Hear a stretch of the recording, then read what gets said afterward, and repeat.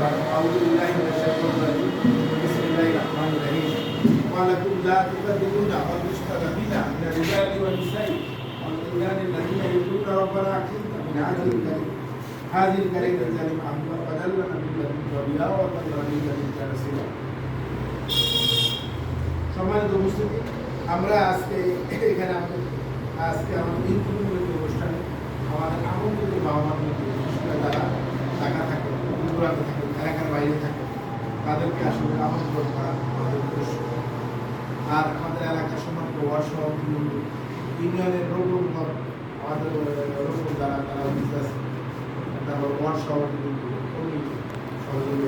আসসালামু আলাইকুম রহমতুল্লাহি ওয়া বারাকাতুহু। ওয়ালাইকুম আসসালাম ওয়া রাহমাতুল্লাহি ওয়া বারাকাতুহু। মহান মালিকের দরবারে যিনি আমাদেরকে এই সম্পদ সময় বিশেষ এবং ব্যাপক আমাদের ব্যাপক দরকার হতো আমাদেরকে ইনশাআল্লাহ আমরা সকলে মিলে এখানে উপস্থিত হইতে পারছি সেই মহান মালিকের দরবারে শুকরিয়া আদায় করি। আলহামদুলিল্লাহ মানবতার শ্রেষ্ঠ বন্ধু সাইদুল মুস্তালিম খাতুন সরকারের দল সর্বকালের সর্বদিন শ্রেষ্ঠ শিক্ষক শ্রেষ্ঠ নেতা আমাদের একমাত্র আদর্শ আমাদের প্রিয় নবী হযরত মুহাম্মদ সাল্লাল্লাহু আলাইহি ওয়াসাল্লাম।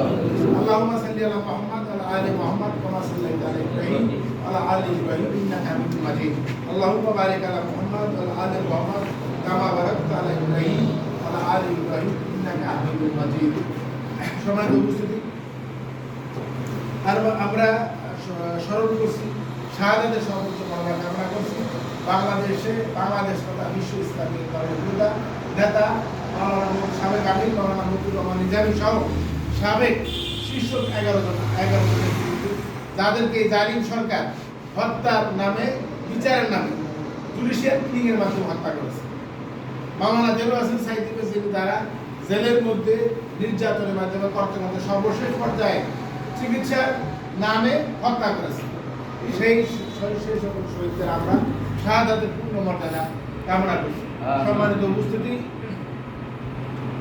আপনাদের সাথে আমরা এই ঈদ নিয়ে আলোচনা আসলে আমরা গত ঈদও আমরা ভালো আসলে সব করতে পারি নাই আপনাদেরকে। আমরা এই ঈদও আমরা আসলে যেরকম সুন্দরভাবে ব্যবস্থাপনা করা দরকার ছিল আমাদের ইয়া ছিল আমরা সব করা ফ্যামিলি আরও সুন্দর একটা প্রবেশ করবো এইটাও আসলে করতে পারি নাই। আসলে প্রোগ্রামের ব্যস্ততা বিশেষ করে 5 তারিখের পরে আমাদের প্রোগ্রাম অনেক বাড়িয়ে গেছে। 5 তারিখের পরে 5 তারিখের আগে আমরা প্রোগ্রাম করতাম। তখন এক ভাই আমার আসলে বলছে যে বাতিজা আসলে বাস্তব কথা যেটা বলছে 5 তারিখের আগে যখন পরিস্থিতি আমাদের অনুকূলে ছিল না, প্রতিকূল ছিল, তখন কিন্তু আমরা এখানে সব জায়গায় প্রোগ্রাম কিন্তু আমাদের ব্যাপক প্রোগ্রাম হয়েছে। মোহন বাবা আমাদের ব্যাপক প্রোগ্রাম হয়েছে, আমরা প্রোগ্রাম করছি। আমাদের অফিস ছিল না, আমাদের কি ছিল না, জালিম সরকার স্বৈরাচারী সরকার আমাদের একটা অফিস বন্ধ করেছে। আমরা আমাদের প্রত্যেক কর্মী বাড়ি কিন্তু আমাদের প্রত্যেক কর্মী বাড়ি অফিস হয়ে গেছে। আপনারা জানো আমার বাড়িতে এইখানে সামনে রাস্তা দিয়ে আমার বাড়ি 2টা দল, সামনের ঘরে 2টা দল, একটা গেটই সামনে 2টা গেট। একটা গেট আমরা কখনই ব্যবহার সামনে গেটটা আমরা কখনই ব্যবহার করি ওইটা আমাদের অফিসে ব্যবহার করি। একটা ওয়াশরুম আছে, বই লাইব্রেরি আলমারি ছিল, তারা সবাই জানে। এইখান থেকে পরিবারের কোনো সদস্য যাতায়াত করতো না, অন্য যে গেটটা আছে ওই যাতায়াত করতো। আমরা এরকম অফিসটাই ব্যবহার করতাম সকল সময় সকল। আমরা এই এলাকাটা জানেন আপনাদের ইনশাআল্লাহ আলহামদুলিল্লাহ একটা প্রতিকূল এলাকা ছিল আমাদের এই এলাকার অধিষ্ঠিত এলাকা আমাদের আলাদা আওয়ামী লীগ আমাদের সামনে দিচ্ছে। তা আলহামদুলিল্লাহ শুধু আমাদের সরকারের প্রোগ্রাম করতাম, কোনো সময় প্রোগ্রামের ব্যাপার তোমাকে কেউ আমাদের ডিস্টার্ব করতো খালি দেশে ফোন করলেই হইতো দূরে নিয়ে যেত, সেরকম দরকার করতো না। এটা আমরা সম্পূর্ণ যারা করতাম আমরা করতাম। এটা আমরা অনেক কিছু স্যাক্রিফাইস করতে হইলো, অনেক কিছু বাদ দিয়ে হলো, শুধু আমরা প্রোগ্রামটা সংগঠনটা অগ্রাধিকার দিয়ে সংগঠনটা আমরা অগ্রাধিকার দিতাম। বিশেষ করে ব্যক্তিগত স্বার্থপূর্ণ হইলো আমরা এই হিসাবে আমাদের সম্পর্ক ছিল। কারণ আমরা জানি যেখানে এই যে প্রোগ্রামের ব্যাপারে যে লোকজন ধরা হইতো অনেক সময় ব্যক্তিগত বিষয় থেকে ব্যক্তিগত আক্রোশ থেকে কিন্তু সংগঠনের আসিয়া করতো। এরকম আমরা বড় রাজার বাড়ি যে আমাদের লোকজন ভাইরা আমাদের কঠিন মুহূর্তে আমরা বড় রাজার বাসায় ঘরে প্রোগ্রাম করতাম। অনেক সময় মসজিদে করতাম, মসজিদে গেলে বড় রাজার লোক আমি করতো, জানা দিয়ে চাইতো বেশি আবার সমস্যা মনে করলে একটা আবার হেঁটে ঘরে করতাম। এইরকম আমরা সব জায়গায় প্রোগ্রাম করতাম। আমরা বরতল প্রথম দিয়ে কিছু কিছু প্রোগ্রাম করতাম, মসজিদের শেষে আমরা করতে পারতাম না। এইরকম আমরা দেওয়ানবাড়ি সবসময় প্রোগ্রাম করতাম। আমাদের এখানে যেরকম বলতে এখানে কিছু আমরা প্রোগ্রাম করতাম মসজিদে।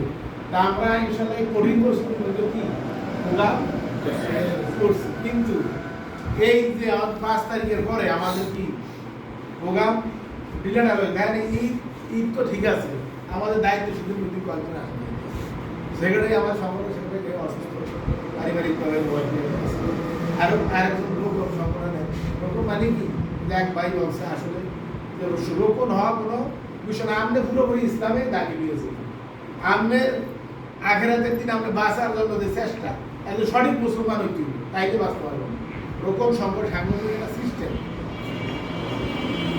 আমাদের সংগঠনে এসে কত কঠিন অবস্থায় আমরা অনেক আলোচনা করছি, কঠিন বিপদ, অনেক নেতৃবৃন্দ আমাদের আমরা অনেক আলোচনা করছি। আমি 55 বছর বয়স হইলে আমার মনে করেন 5-7 বছর বাদ দিলে 10 বছর আমি 6ষ্ঠ শ্রেণীতে যখন পড়ি তখন কি সংগঠনের স্কুলের দায়িত্ব স্কুলে ছিলাম, স্কুলের দায়িত্ব ছিলাম।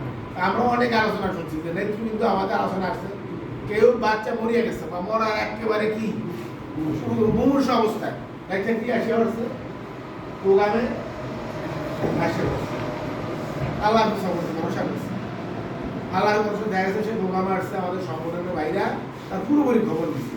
আমাদের সংগঠনে এই রেওয়াজ আছে না, একজন জেলে যায় সেখানে কি সকলে মিলে তার খোঁজ খবর করে, এরকম রেওয়াজ আছে না? আমরা যে সাইদি সাহেবের আটকেছে তখন এই সাইদি সাহেবের রায়ের পর দিন আমরা মিছিল করছি, হরতাল করছি, আমরা বাংলা বাজার দিয়ে সামনে দিয়ে গেছি ভোরবেলা পুলিশ টায়ার গাড়ি আমরা 2-4 দিন দিয়ে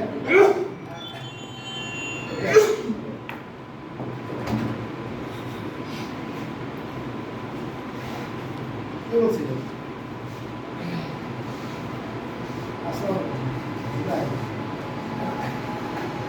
একটা প্রোগ্রাম করতেছি, প্রোগ্রাম করে কথা বলি